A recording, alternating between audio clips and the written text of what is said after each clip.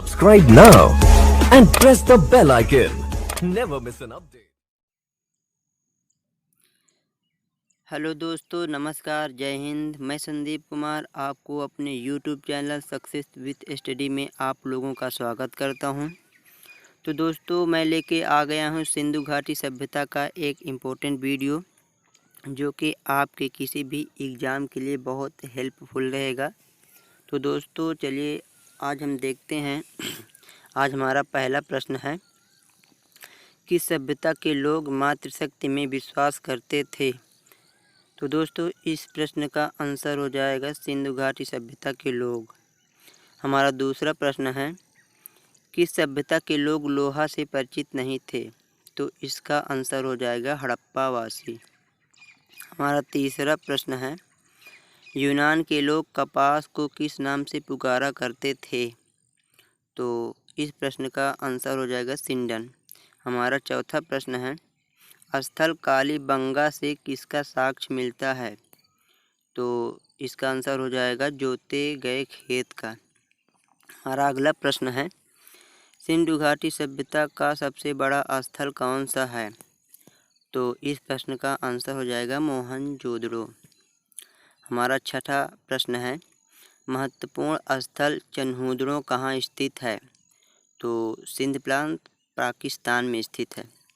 हमारा सातवां प्रश्न है, सिंधु सभ्यता का स्थल मांडा किस नदी पर स्थित है? तो चिनाब नदी पर स्थित है। हमारा आठवां प्रश्न है, सिंधु सभ्यता कालीन आर्थिक संसाधनों में किसकी प्रमुख भूमिका थी? तो इस प्रश्न का उत्तर हो जाएगा व्यापार एवं वाणिज्य। हमारा अगला प्रश्न है, रावी नदी के किनारे स्थित नगर का नाम क्या था? तो इस प्रश्न का आंसर हो जाएगा हड़प्पा। हमारा 10वां प्रश्न है, चन्हूदड़ो स्थल किस नदी पर स्थित है? इस प्रश्न का आंसर होगा सिंधु नदी। हमारा 11वां प्रश्न है, औषधियों से परिचित दो प्रमुख स्थल कौन थे? तो कालीबंगा एवं लोथल हो जाएंगे। हमारा 12वां प्रश्न है, लोथल स्थल के खोजकर्ता कौन है? तो इस प्रश्न का आंसर हो जाएगा SR राव। हमारा अगला प्रश्न है, सिंधु सभ्यता काल में आर्थिक जीवन की दृष्टि से मुख्य व्यवसाय क्या था?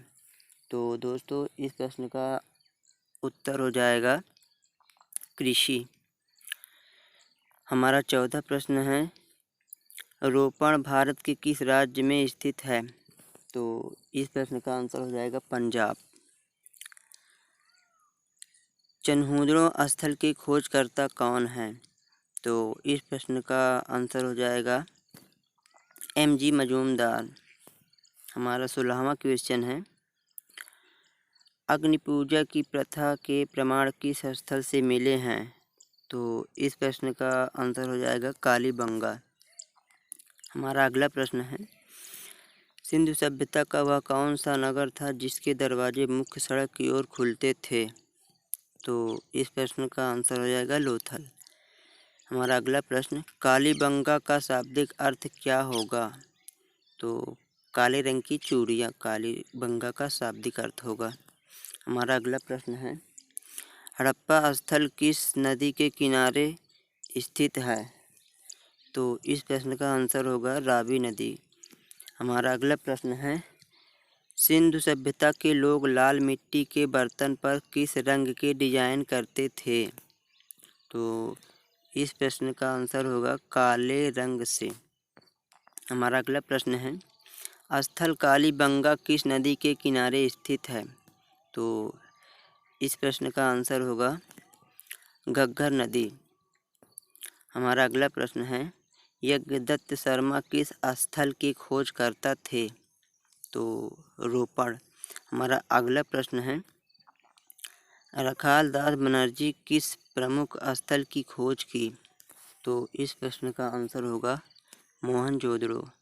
हमारा अगला प्रश्न है, सिंधु सभ्यता के लोग उर्वरता की देवी किसको मानते थे?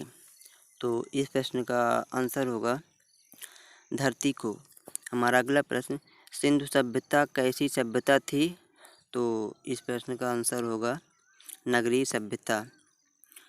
अगला प्रश्न, सिंधु सभ्यता की सबसे बड़ी इमारत है? तो वो हो जाएगी स्नानागार। हमारा अगला प्रश्न, राखी गढ़ी हरियाणा के किस जिले में स्थित है? तो ये इस प्रश्न का आंसर हो जाएगा हिसार जिला।